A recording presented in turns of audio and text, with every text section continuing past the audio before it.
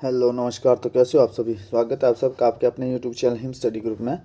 तो आज आपके लिए एक और मॉक टेस्ट हम लेके हाजिर हैं, जिसमें कि रहेगा आपका HPGK रहेगा और हिंदी ग्रामर रहेगा। तो HPGK और हिंदी ग्रामर का डेली मॉक टेस्ट आपका चला हुआ है। हर रोज़ आपके लिए वीडियो अपलोड होती है शाम को 7:30 बजे। तो आपने हमारे जो करना है टेलीग्राम चैनल से भी जुड़ जाना है, जिसका लिंक जो डिस्क्रिप्शन बॉक्स में दे रखा है। क्योंकि कभी कभार क्या होता है कि यूट्यूब पे इसका नोटिफिकेशन नहीं आता, तो टेलीग्राम से आप इजीली इस वीडियो को वॉच आउट कर सकते हैं। तो आपको पता है कि आपके जो आप पुलिस भर्ती का ग्राउंड जो वो आपका ग्राउंड जो मतलब प्रोसेस वो अगले मंथ से दिसंबर से स्टार्ट होने वाला है। तो जो कैंडिडेट अपने पुलिस की तैयारी कर रहे हैं या पुलिस के एग्ज़ाम की या पटवारी के एग्ज़ाम की तैयारी कर रहे हैं, अदर कॉम्पिटेटिव एग्ज़ाम जिसमें आपका HPGK या हिंदी ग्रामर पूछा जाता है, उन सब के लिए जो मॉक टेस्ट है ये मोस्ट इम्पोर्टेंट जो वो रहने वाले हैं। ठीक है। तो आप डेली इन मॉक टेस्टों को अटेंड कीजिए। बाकी इंग्लिश के मॉक टेस्ट बीच में ऐड करता रहूँगा मैं, बाकी सारे मॉक टेस्ट पीछे ऐड किए हुए हैं, आप उनको भी अटेंड कीजिए। तो ज़्यादा टाइम लेते हुए स्टार्ट करते हैं आज का फर्स्ट क्वेश्चन। तो फर्स्ट क्वेश्चन आपका कि कौन सी जल विद्युत परियोजना रूस के सहयोग से चल रही है। तो हिमाचल प्रदेश में कौन सी ऐसी जल विद्युत परियोजना है जो रूस के सहयोग से चल रही है। तो कोल डैम परियोजना, नथप्पा झाकड़ी परियोजना, संजय गांधी विद्युत परियोजना या गज विद्युत परियोजना। तो कोल डैम, ठीक है, जो ये कोल डैम जल विद्युत परियोजना है, कोल डैम जो परियोजना है ये चल रही है आपकी रूस की सहायता से। किसकी सहायता से? रूस की सहायता से। तो ये फर्स्ट इसका राइट आंसर हो जाएगा। चलते हैं नेक्स्ट क्वेश्चन की ओर। नेक्स्ट क्वेश्चन है कि गुज्जर क्या है। तो गुज्जर घुमंतु जनजाति है या फिर चरवाहे हैं या जनजाति है या मांसाहारी जनजाति है। तो गुज्जर जो आपकी है घुमंतु जनजाति है। चलते हैं नेक्स्ट क्वेश्चन की ओर। नेक्स्ट क्वेश्चन है कि हिमाचल प्रदेश की चंबा घाटी को अन्य किस नाम से जाना जाता है। तो रावी घाटी, सतलुज घाटी, दून घाटी है, इनमें से कोई नहीं। तो चंबा घाटी जो है इसको अन्य जो जाना जाता है अन्य किस नाम से, वो रावी घाटी के नाम से, रावी घाटी के नाम से भी जाना जाता है इसको, चंबा घाटी को। चलते हैं नेक्स्ट क्वेश्चन की ओर। नेक्स्ट क्वेश्चन है कि हिमाचल प्रदेश में छोटी काशी के नाम से किसे जाना जाता है। तो मंडी को, कांगड़ा को, शिमला को या फिर बिलासपुर को। तो आपको सबको पता है कि छोटी काशी के रूप में जाना जाता है वो मंडी को जाना जाता है। चलते हैं नेक्स्ट क्वेश्चन की ओर। नेक्स्ट क्वेश्चन है कि आंध्रा जल विद्युत परियोजना कहाँ पर स्थित है। तो आंध्रा जल विद्युत परियोजना जो है मंडी में है, कांगड़ा में है, शिमला में है या फिर बिलासपुर में है। तो ये जो आंध्रा जल विद्युत परियोजना है ये किस जिले में स्थित है। ये है आपकी शिमला डिस्ट्रिक्ट में। तो शिमला डिस्ट्रिक्ट में स्थित है आपकी आंध्रा जल विद्युत परियोजना। चलते हैं नेक्स्ट क्वेश्चन की ओर। नेक्स्ट क्वेश्चन है कि लवाणा किस स्थान की एक व्यापारिक उपजाति है। ठीक है, किस स्थान की एक व्यापारिक उपजाति है। तो कांगड़ा की है, चंबा की है, सोलन की है, शिमला की। तो लवाना जो है ये कांगड़ा डिस्ट्रिक्ट में पाए जाते हैं। कांगड़ा डिस्ट्रिक्ट की एक व्यापारिक जनजाति है लवाना। चलते हैं नेक्स्ट क्वेश्चन की ओर। नेक्स्ट क्वेश्चन है हिमालयन आर्ट पुस्तक के लेखक कौन है। तो हिमालयन आर्ट पुस्तक के लेखक जो है वो कौन है। MS रंधावा, WC आर्चर है या JC फ्रेंच है या शांता कुमार है। तो हिमालयन आर्ट पुस्तक के लेखक कौन है, वो है JC फ्रैंक। ठीक है, JC फ्रैंक जो है ये हिमालयन आर्ट पुस्तक के लेखक है। चलते हैं नेक्स्ट क्वेश्चन की ओर। नेक्स्ट क्वेश्चन आपका बड़ा सिगड़ी ग्लेशियर से किस नदी को पानी प्राप्त होता है। तो बड़ा सिगड़ी ग्लेशियर से रावी नदी को पानी होता है, चिनाब को, सतलुज को या ब्यास से। तो बड़ा सिगड़ी जो ग्लेशियर आपका ये चिनाब नदी को पानी जो वो प्रोवाइड करता है। तो चिनाब इसका राइट आंसर हो जाएगा। चलते हैं नेक्स्ट क्वेश्चन की ओर। नेक्स्ट क्वेश्चन आपका यूल घाटी, यूल घाटी इस करेक्ट कर लेना, यूल घाटी। ये यूल घाटी लिखा लेकिन ये यूल घाटी है, यहाँ पे छोटे ओ की मात्रा। ठीक है, तो यूल घाटी जो किस जिले में स्थित है। तो ये किन्नौर में है, सिरमौर में, लाहौल स्पीति में या फिर चंबा में। तो यूल घाटी जो भाई हिमाचल प्रदेश के किन्नौर डिस्ट्रिक्ट में जो ये स्थित है। तो किन्नौर इसका राइट आंसर हो जाएगा। चलते हैं नेक्स्ट क्वेश्चन की ओर। नेक्स्ट क्वेश्चन है कि म्यार हिमनद किस जिले में स्थित है। तो म्यार हिमनद जो वो किन्नौर में है, सिरमौर में है, लाहौल स्पीति में है, चंबा में है। तो म्यार हिमनद ये किस जिले में जो वो ये स्थित है। तो ये स्थित है आपका लाहौल स्पीति में।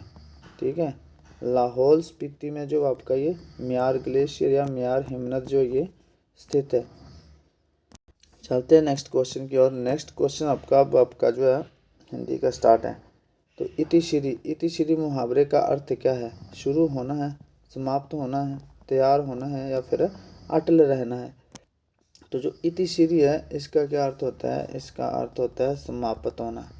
जो इतिश्री होता है आपका, इतिश्री, इसका मतलब होता है समाप्त करना।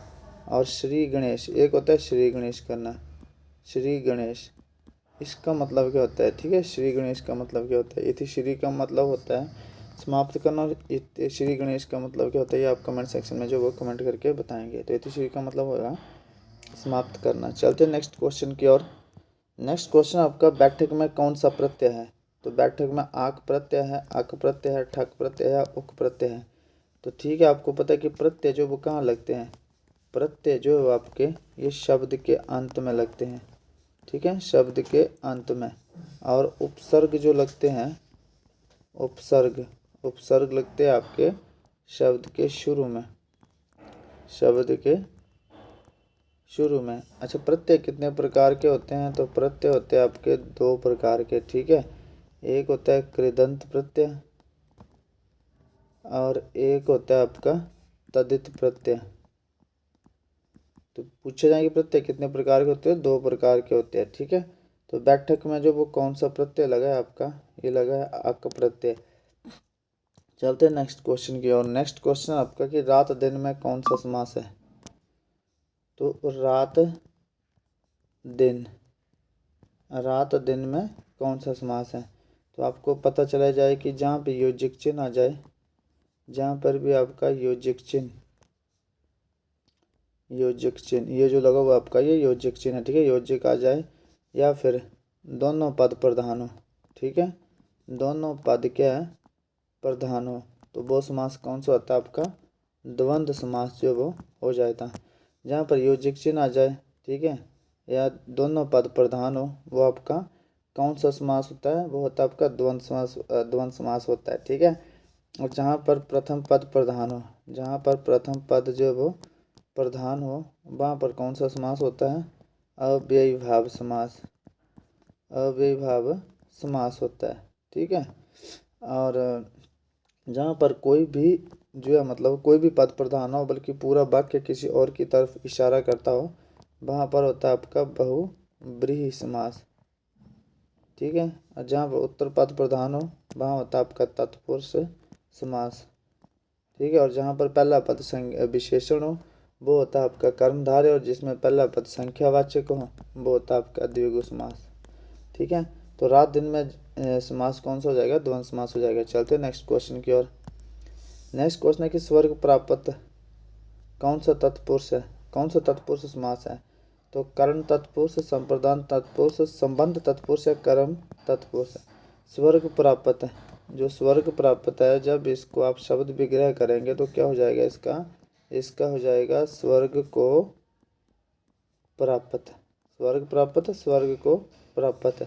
तो कर्ता ने कर्म को, किसको? कर्म को। तो को जो है वो कर्म तत्पुरुष समास जो इसमें हो जाएगा। कौन सा तत्पुरुष समास है? कर्म तत्पुरुष समास जो इसमें हो जाएगा। तो चलते नेक्स्ट क्वेश्चन की ओर। नेक्स्ट क्वेश्चन आपका, व्यक्तिवाचक संज्ञा कौन सी है? तो अब आपसे पूछा गया कि व्यक्तिवाचक संज्ञा बतानी है आपने इसमें, व्यक्तिवाचक संज्ञा इसमें से कौन सी है? तो भाषा है। भाषा आपको पता है कि भाषा दुनिया में दुनिया भर की भाषाएं होती हैं। तो ये जाति बता रहा है। लिपि एक नहीं होती है, लिपियाँ भी बहुत सारी होती है। ठीक है, तो ये जाति, ये भी जाति बता रहा है। बच्चा, बच्चा एक नहीं है, बच्चे भी, बच्चों की भी जाति होती है। तो ये बहुत सारे बच्चे, पता नहीं कितने बच्चे, बच्चों की जातियाँ रिप्रेजेंट कर रहा है। किसी का नाम नहीं बताया कि ये वाला बच्चा है। लेकिन देवनागरी क्या है? देवनागरी ये क्या है? ये लिपि का नाम है, लिपि का नाम है क्या है? देवनागरी। तो ये कौन सी संज्ञा हो जाएगी? व्यक्तिवाचक संज्ञा जो आपकी हो जाएगी। ठीक है, क्योंकि यहाँ क्या है? लिपि, लिपि मैंने आपको कहा कि दुनिया भर की लिपि होती है। ठीक है, ब्राह्मी, खरोष्टी, देवनागरी। तो यहाँ पे जो देवनागरी जो है ये आपकी क्या हो जाएगी? व्यक्तिवाचक संज्ञा होती है। किसी का भी नाम, दुनिया में ऐसी भी चीज़ कोई भी जिसका नाम है, वो आपकी कौन सी संज्ञा हो जाती है? व्यक्तिवाचक संज्ञा हो जाती है। ठीक है, दुनिया में कोई भी चीज़ जिसका नाम है वो आपकी व्यक्तिवाचक संज्ञा जो वो हो जाती है। चलते हैं नेक्स्ट क्वेश्चन की ओर। नेक्स्ट क्वेश्चन आपका, श्रृंगार रस को निम्नलिखित में से किस नाम से भी जाना जाता है? तो रस, महान रस, राज, अंतर रस या फिर इनमें से कोई नहीं। तो श्रृंगार रस, तो श्रृंगार रस का स्थायी भाव क्या होता है, आपको जो इसका स्थायी भाव भी पता होना चाहिए। तो श्रृंगार रस का स्थायी भाव होता है रति। ठीक है, श्रृंगार रस का स्थायी भाव होता है रति, और इसको जो आप रस राज के नाम से भी जाने जाते हैं, रस राज के नाम से। तो ये इंपॉर्टेंट क्वेश्चन है कि श्रृंगार रस को निम्न में से किस नाम से जाना जाता है, तो रस राज, और स्थायी भाव है इसका रति। चलते हैं नेक्स्ट क्वेश्चन की ओर। नेक्स्ट क्वेश्चन आपका कि जिस समास में दोनों पद प्रधान होते हैं वह कौन सा समास होता है। तो अभी आपको बताया कि जिस समास में दोनों पद प्रधान होते हैं, दोनों पद प्रधान, वो होगा आपका द्वंद्व समास, द्वंद्व समास। ठीक है, जिसमें प्रथम पद प्रधान, प्रथम पद प्रधान, वो हो जाएगा अव्ययी भाव समास। ठीक है, जिसमें उत्तर पद प्रधान, उत्तर पद जो वो प्रधान होता है वो होता है तत्पुरुष समास। जिसमें कोई भी प्रधान नहीं होता है, कोई भी नहीं क्या प्रधान, वो हो जाएगा आपका बहुब्रीहि समास। ठीक है, जो वो हो जाएगा आपको कौन सा समास, बहुब्रीहि समास। जिसमें पहला पद प्रधान, वो हो जाएगा संख्यावाचक ना, जिसमें पहला पद संख्यावाचक, वो हो जाएगा द्विगु समास।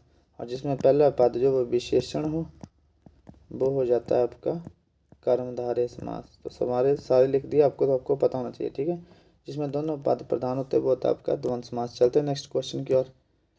नेक्स्ट क्वेश्चन है कि एक वचन में प्रयुक्त होने वाला शब्द कौन सा है। तो एक वचन में प्रयुक्त होने वाला शब्द, तो प्राण हो गए, दर्शन हो गए, हस्ताक्षर हो गए, तीनों जो आपके यूज़ होते हैं हमेशा बहुवचन में। ठीक है, बहुवचन में, प्लूरल में। ठीक है, तो प्राण, दर्शन, हस्ताक्षर, याद रखेंगे कि तीनों बहुवचन में यूज होते हैं, लेकिन भीड़ जो होती है ये हमेशा एक वचन में यूज होती है। ठीक है, भीड़ जो होगी वो हमेशा एक वचन में। तो याद रखेंगे प्राण, दर्शन और हस्ताक्षर, कहीं भी आपको ये क्वेश्चन पूछा जाए तो ये तीनों को जो होंगे आपके ये बहुवचन होंगे, लेकिन जो भीड़ होगी वो हमेशा आपका एक वचन ही रहेगी। चलते हैं नेक्स्ट क्वेश्चन की ओर। नेक्स्ट क्वेश्चन आपका कि मैं कलम से किताब लिखता हूँ, वाक्य में कौन सा कारक है। मैं कलम से, कलम से, कलम से लिखता हूँ। ठीक है, कर्ता ने कर्म को करण से। तो आपको पता है कि से एक आती है कर्ण विभक्ति। ठीक है, एक तो आती है आपकी कर्ण विभक्ति, और ये तो एक आती है अपादान। कर्ता ने कर्म को करण से, ठीक है, अपादान से, कर्ता ने कर्म को करण से, अपादान से। तो अपादान में भी से आती है, लेकिन अपादान में जो से आता है वो अलगाव के लिए आता है, भय के लिए आता है, तुलना के लिए आता है। लेकिन करण में जब आएगा तो वो आपका साधन के लिए आएगा। ठीक है, तो मैं कलम से किताब लिखता हूँ, कलम से, कलम क्या आपका साधन है, तो यहाँ पे जो आएगा आपका कर्ण कारक आ जाएगा, कर्ण कारक आ जाएगा। ठीक है, कर्ण कारक, क्योंकि मैं कलम से किताब लिखता हूँ, तो कलम जो आपने एक साधन के रूप में यूज करी है, तो कर्ता ने कर्म को कर्ण से, तो कर्ण विभक्ति जो यहाँ पर ये आ जाएगी। तो ये था आपका आज का सेशन। आई होप आपको सेशन पसंद आया होगा। तो मिलते हैं नेक्स्ट सेशन में, तब तक के लिए जय हिंद, जय भारत।